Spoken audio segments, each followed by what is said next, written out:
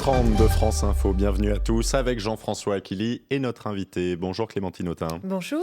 Une rallonge d'1 milliard d'euros a été annoncée par le Premier ministre Jean Castex dans les négociations avec le personnel soignant dans le cadre du Ségur de la Santé. Ça fait 7,5 milliards pour l'instant sur la table pour les infirmières, les aides-soignants qui en attendent plus. Est-ce que le compte y est pour vous avec ce milliard en plus ? Absolument pas. Et vous imaginez bien qu'un milliard, c'est une goutte d'eau dans un océan de mépris, d'abord en réalité, vis-à-vis des personnels soignants, qui certes ont été salués, et notamment par la population au moment du Covid, avec, on se souvient de ces casseroles et qu'on a tapé comme ça tous les soirs à 20h et ces applaudissements formidables. Mais maintenant, il faut que la considération se transforme non pas en médaille, mais en conditions de travail améliorées et en augmentation de salaire, parce qu'il y a eu des baisses ces dernières décennies considérables. D'abord des fermetures de lits qui compliquent quand même la situation dans l'hôpital. Sur les salaires, ça veut dire qu'ils demandent 15 milliards, on donne 15 milliards, on ne discute pas ? Vous savez le gouvernement a donné 15 milliards pour l'aéronautique ? Je pense que celles et ceux qui nous écoutent n'ont pas forcément la notion précise de ce que signifie 15 milliards, 1 milliard, 3 milliards. On parle de 300 € par mois pour ça, je pense les que c'est concret. Se dire que les personnels soignants peuvent être augmentés de 300 € quand on regarde leur feuille de paye, de ce que c'est qu'une aide-soignante, une infirmière et plein d'autres professions. Parce qu'il y a aujourd'hui des professions dans l'hôpital qui sont écartées de ces augmentations ou des primes qui ont été données pour le Covid. Or là, nous avons besoin d'un effort conséquents qui permettent de remettre à niveau et de considérer socialement ces personnels, mais aussi de leur permettre de vivre dans la dignité, notamment dans des régions, moi je pense à la région parisienne, et j'ai évidemment des cas très concret, puisque j'ai passé beaucoup de temps ces derniers temps à l'hôpital qui m'est cher, qui est à Aulnay-sous-Bois, Tremblay, Villepinte, Sevran chez moi, et qui s'appelle l'hôpital Robert Ballanger. Et j'ai discuté avec beaucoup de personnel sur leur situation et leurs conditions. Il y a des moments, c'est à pleurer. Mais vous dites ce qu'ils ont traversé, et notamment des femmes, parce que ce sont majoritairement des femmes, les larmes vous en viennent aux yeux, c'est insupportable. On a vu des scènes en France avec des médecins obligés et des infirmières obligées de mettre des sacs poubelles en guise de blouse. Et aussi cette marchandisation de la santé, je termine juste là-dessus, qui fait qu'aujourd'hui, on leur demande sans arrêt d'être à l'acte et quelque part, voyez, de prendre les patients, éviter un deuxième. On a déshumanisé la santé. Donc il faut embaucher, ouvrir des lits, améliorer les conditions de travail des personnels et les augmenter. Et ça vaut bien le double de ce qui est mis sur la table, c'est-à-dire de 7,5 milliards. Il faut immédiatement passer au moins à 15 milliards. Donc vous dites 15, ça c'est pour les hausses de salaire, mais globalement sur ce qui est discuté en ce moment, vous estimez vraiment que le monde médical, les soignants sont méprisés aujourd'hui ? Ils sont considérés par la population, qui a pris conscience peut-être de mesures qu'on ne voyait pas trop, notamment l'austérité, quand vous fermez des dizaines de milliers de lits. Si vous n'êtes pas sous tension, vous pouvez vous dire, après tout, ça passe comme ça. Et là, on se rend compte que s'il y a une crise, on n'est pas en capacité de faire face en France. 6e puissance économique mondiale, je le rappelle sans cesse, parce qu'il y a des fois, je ne sais pas si on se rend bien compte de ce qui se passe. Donc on peut faire mieux pour la santé et on peut considérer ces personnels. Mais ce que je dis, c'est que le mépris, il est concret. Vous ne pouvez pas remettre des médailles le 14 juillet au personnel soignant et à côté de cela, ne pas être capable d'augmenter leur salaire de 300 €. Après une telle crise où ils ont été au front, où ils ont été comparés à des soldats, même si moi je pense que c'était complètement délirant que d'imaginer que nous étions en guerre. Nous n'étions pas en guerre, nous étions face à un virus, et nous le sommes toujours. Et le risque de deuxième vague indique aussi que si nos personnels se sentent découragés, et heureusement que leur professionnalisme a été au rendez-vous. Mais vous vous rendez compte, la France, elle a tenu, non pas parce que le gouvernement a su produire des masques, a su donner les moyens au personnel soignant de faire son travail, mais parce qu'il y a eu un engagement fort de centaines de milliers de personnes dans notre pays pour se mettre à faire des masques, pour essayer de bricoler quand on n'avait pas... Et 2 millions sur la discipline par rapport au confinement d'ailleurs depuis début mars. Et vous avez bien raison de le rappeler. Vous avez suivi la journée d'hier, lendemain de remaniement, journée de passation de pouvoir et première journée marquée pour le nouveau ministre de l'Intérieur, Gérald Darmanin, par un accueil assez houleux. C'était devant l'église de la Madeleine où le collectif Nous Toutes a manifesté hier pour perturber cette passation de pouvoir. On s'est dirigé avec un petit groupe de personnes vers la place Beauvau pour montrer notre surprise, notre déception et surtout notre indignation par rapport à la nomination au gouvernement de personnes extrêmement problématiques du point de vue des droits des femmes, mais également du point de vue des droits des personnes LGBT. Le gouvernement qui avait annoncé sa volonté de faire de l'égalité femmes-hommes la grande cause du quinquennat nous montre l'inverse par les actes. Rappelons que Gérald Darmanin est visé par une plainte pour viol et harcèlement sexuel. Clémentine Autain, qu'après un non-lieu, la Cour d'appel de Paris a ordonné une reprise des investigations. Le 11 juin dernier, c'est tout récent, voyez-vous. Et ça n'est pas un obstacle, c'est ce qu'a dit l'Élysée. Est-ce que la grande cause du quinquennat, on l'entendait à l'instant, c'est-à-dire la cause des droits des femmes, est enterrée pour vous ? En tout cas, je trouve que c'est un bras d'honneur qui vient d'être fait par le président de la République et le Premier ministre à l'égard des féministes et à l'égard de toutes les femmes qui sont victimes de viols, d'agressions sexuelles, de harcèlement. Parce que, si vous voulez, vous ne pouvez pas d'un côté dire c'est la grande cause du quinquennat et nommer à l'intérieur. C'est-à-dire à l'intérieur, ça veut dire que ce ministre-là doit par exemple s'occuper de la formation des policiers pour accueillir dignement les femmes victimes dans les commissariats de police.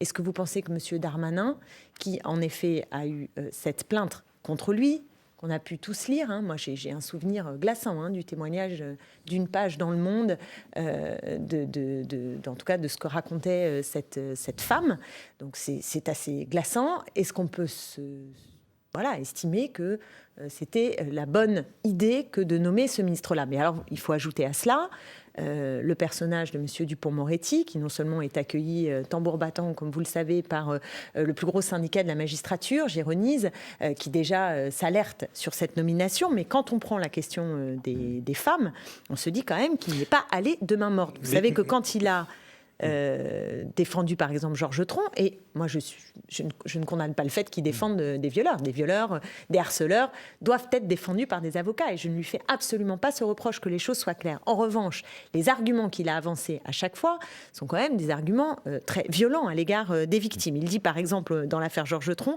à 30 ans, on n'est pas une potiche incapable de dire non à un homme qui vous prend les pieds.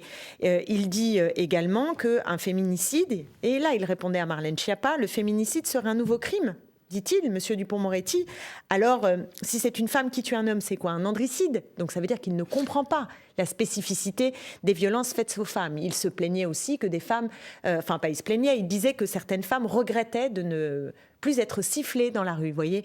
Donc il a quand même un petit problème. On l'a vu aussi sur l'affaire MeToo, avec notamment les femmes comédiennes. Il a dit une starlette qui veut réussir et se dit je vais coucher, c'est de la promotion canapé. Voilà, banalisant totalement les faits de viol qui existent et qui ont été dénoncés dans cette profession. Mais comme ailleurs. Que dites-vous ce matin, qu'ils n'ont rien à faire au gouvernement, notamment Gérald Darmanin à l'intérieur? Je dis que la crédibilité pour lutter contre les violences faites aux femmes dans des secteurs clés, intérieur, justice, est entachée par le profil de ces deux ministres choisis. Et qu'on ne peut pas dire, d'un côté, on va faire des violences faites aux femmes une grande cause nationale. Déjà, là encore, vous savez que nous attendons beaucoup d'argent qui n'est pas tombé, si on veut en faire une grande cause. C'est-à-dire que là encore, on peut dire des mots, mais il y a la réalité des faits. Et moi, je me suis battue depuis 3 ans pour qu'on ait notamment ce fameux milliard contre les violences faites aux femmes qu'on attendait bien avant le confinement. Et c'est au moment aussi du confinement qu'on s'est rendu compte à quel point ce milliard aurait été particulièrement utile. On ne l'a pas eu, mais si en plus de ne pas passer des mots aux actes, on nomme des ministres qui sonnent comme une provocation pour les féministes et pour les femmes victimes, comprenez bien qu'il y a voilà, c'est un sujet, mais malheureusement, ça n'est pas que dans ce domaine. Le président de la République peut dire « rien ne sera comme avant » et ensuite nous expliquer qu'il va falloir travailler et produire plus. Donc, on va l'entendre, le président. Ce sera dans 1 minute, Clémentine Autain, après le fil info et Lauriane Delanoë. Un garde des Sceaux haut en couleur. Voici comment Jean Castex, le Premier ministre, décrit son ministre de la Justice à l'instant sur BFM TV. Le Premier ministre qui estime que si la justice ne marche pas en France, c'est car l'État l'a mal conçue. Il faut donner les moyens de fonctionner en proximité, dit-il encore. Jean Castex qui allonge le budget promis aux soignants dans le cadre du Ségur de la santé. 1 milliard d'euros de plus, soit 7,5 milliards au total. Les syndicats d'infirmiers, aides-soignants ou encore manipulateurs radio estiment qu'il faut encore plus pour les revalorisations de salaire. Pas encore d'accord donc dans cette concertation. Les discussions reprennent cet après-midi. 2 enfants enlevés par leur père hier chez leur grand-mère à Drancy, en Seine-Saint-Denis. La préfecture de police de Paris lance un appel à témoins. Free défend la 5G face aux critiques. Pour son PDG Xavier Niel, interrogé sur France Info, c'est un atout pour l'attractivité économique de la France par rapport à nos voisins européens. Certains nouveaux maires écologistes, comme celui de Bordeaux, demandent un moratoire sur le déploiement de la technologie. France Info. Et tout est plus clair. Clémentine Autain, députée de la France Insoumise de Seine-Saint-Denis, est toujours l'invité du 8h30 de France Info. Jean-François Aquili. Alors Emmanuel Macron fera connaître ses nouvelles orientations lors de l'interview présidentielle du 14 juillet. Vous nous direz, Clémentine Autain, ce que vous pensez de ce nouveau gouvernement d'Emmanuel Macron. Le chef de l'État qui a souhaité bonne chance au nouveau bachelier via la messagerie TikTok. Si vous venez d'avoir votre bac, ce message est pour vous. D'abord pour vous dire bravo, félicitations. Vous êtes cette génération qu'on appelle parfois du monde d'après. Vous avez vécu une année hors norme. Votre génération a donc devant elle un monde à inventer, plus fort, plus solidaire, plus écologique. Je ferai tout, là où je suis, pour que le gouvernement travaille, pour que ce monde soit meilleur. Clémentine Autain, un mot sur d'abord ce message via TikTok. Il est déjà en campagne, au fait, Emmanuel Macron ? Sans doute, probablement, oui.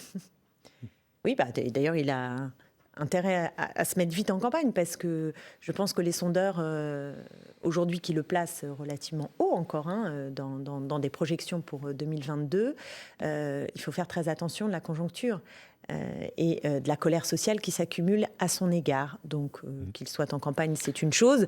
Le problème, c'est qu'on le sait, il sera jugé sur les actes et les réalisations qu'il aura faites durant l'ensemble de son quinquennat.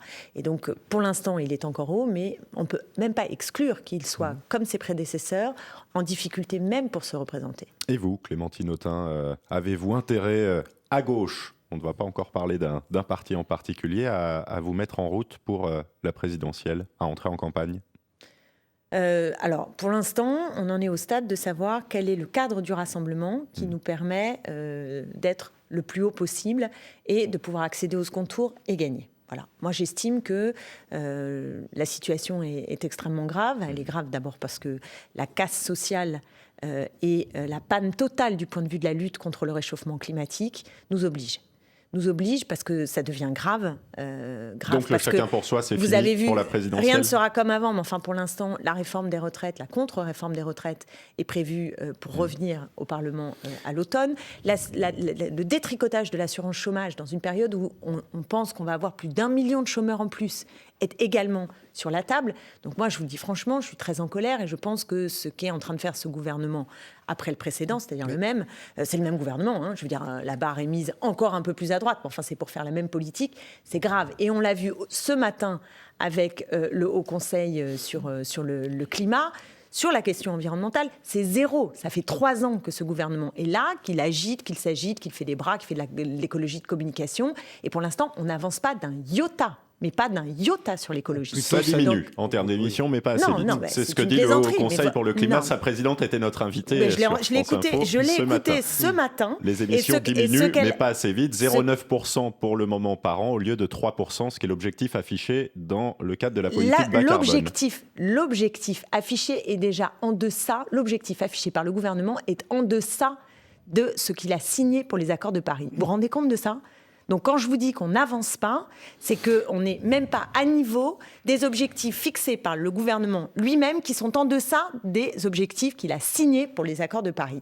Donc j'estime que nous sommes dans le rouge et qu'en effet on n'avance pas sur la question de l'environnement. Et que pire, on continue à signer des traités de libre-échange. On continue à ne même pas faire ce moratoire sur la 5G qui est demandé pour qu'on puisse justement se calmer et planifier les choses de façon plus correcte, mieux anticipée du point de vue de l'impact environnemental et de l'impact sur la santé. Donc là encore, je dis attention entre des mots qu'il peut dire, par exemple à la jeunesse sur un réseau social sur adapté, TikTok. Sur un réseau social adapté, et la réalité de la politique qui est menée. Donc je réponds à votre question sur le défi qui est le nôtre, c'est que non seulement il faut qu'on mette un terme à cette politique qui ressemble en accélération, en aggravation à ce qui a été fait depuis 30 ou 40 ans partout en Europe, et qu'on évite la menace de l'extrême droite qui, évidemment, est en embuscade et se prépare. Alors, c'est notre responsabilité. Elle est grande, vous savez. Je veux dire, il y a des moments dans l'histoire comme ça où les choses s'accélèrent, s'aggravent, et je pense que nous devons être à ce rendez-vous. Après, comme vous le voyez, vous parlez le paysage... à qui, là ? Vous parlez à Jean-Luc Mélenchon, à Yannick Jadot, au PS, au Vert ? Rassurez-vous, à tout le monde. Alors, attendez, il n'y a pas de souci, et à moi-même aussi, si vous voulez. Donc, à tout le monde. C'est une responsabilité collective. Vous avez dit tout à l'heure que peut-être qu'Emmanuel Macron ne serait pas en mesure de se représenter en 2022. Jean-Luc Mélenchon a déclaré dimanche privilégier... Attendez, j'ai pas dit il ne sera pas. J'ai dit que c'est une hypothèse qu'on ne peut pas exclure. Alors Jean-Luc Mélenchon a déclaré dimanche privilégier la clarté, l'intransigeance plutôt que l'union à gauche. Vous avez Yannick Jadot qui se prépare. Nous évoquions le climat à l'instant. Ne pensez-vous pas qu'il serait plus efficace, de votre point de vue, pour vous à gauche, de n'avoir qu'un seul candidat en 2022 ? Oui, idéalement, il vaut mieux avoir un seul candidat pour y arriver. La question, c'est quelle peut être cette candidature, je ne parle pas simplement du profil personnel, mais quelle peut être cette candidature, qui elle rassemble et qu'est-ce qu'elle porte. Est-ce que ce pourrait être un écologiste, puisque les questions du climat, aujourd'hui, préoccupent particulièrement les Français ? Oui, mais c'est quelle écologie ? La question qui nous est posée, c'est aussi quelle écologie ? Si vous regardez les résultats aux élections municipales, avec des victoires que moi je salue vraiment et qui m'ont fait plaisir, je veux dire à Marseille, enfin dans de très nombreuses villes, aussi à Corbeil, à Trappes, qui vraiment font chaud au cœur et dans lesquelles, en effet, parfois, souvent, il y a eu une vague verte, un écologiste... Il y a eu une vague verte, indéniable. Écoutez, oui, je vous ai dit autre chose. Non, mais... Je viens de vous le dire, je le salue et je suis contente. Je dis juste une chose, c'est que l'abstention massive a touché les milieux populaires, aussi un peu ce qu'on appelle les classes moyennes, et que pour avoir un projet qui nous permette de nous hisser haut, c'est-à-dire de gagner en 2022, il faut bien se rendre compte que cette écologie, elle ne peut pas apparaître comme simplement l'enjeu des catégories aisées des centres urbains. Vous comprenez ça ? Vous ne voulez pas le candidat Bobo ? Mais c'est pas une histoire... Bobo, je me méfie toujours de cette appellation. Mais en tout cas, si l'écologie est réduite à un enjeu de centre de métropole urbaine et que le monde populaire ne se sent pas concerné ou en tout cas impliqué dans cette affaire-là, on va dans le mur. Alors que dans le monde populaire, la question écologique, ne croyez pas, elle monte, les gens sont préoccupés. Et d'ailleurs, ce sont les premières victimes, évidemment, des enjeux de pollution ou des émissions de gaz à effet de serre. Un Jean-Luc Mélenchon candidat en 2022 ? Question. Question. Je n'ai pas la réponse à cette question-là précise qui est qui en 2022. La réponse que j'ai aujourd'hui et que je vous dis dans la plus grande quartier, c'est qu'il faut du rassemblement social et écologiste sur un projet qui soit populaire et donc qui tienne tous les bouts. Mais il y a un enjeu de curseur politique, vous le savez bien. Si c'est pour revenir à un projet mou qui ressemble à ce qui a été fait sous la Hollandie, moi je ne signe pas. C'est-à-dire que le rassemblement est évidemment une condition de la victoire, mais une condition tout aussi importante de la victoire, c'est de savoir quel est ce projet. Est-ce que c'est un projet qui nous permet de transformer le pays et d'être moteur pour le monde populaire, monde populaire et jeunesse, sans lequel il n'y a pas de changement possible. C'est le mot de la fin. Clémentine Autain, députée de la France Insoumise de Seine-Saint-Denis, invitée du 8h30 de France Info, le fil info avec Lauriane Delanoë.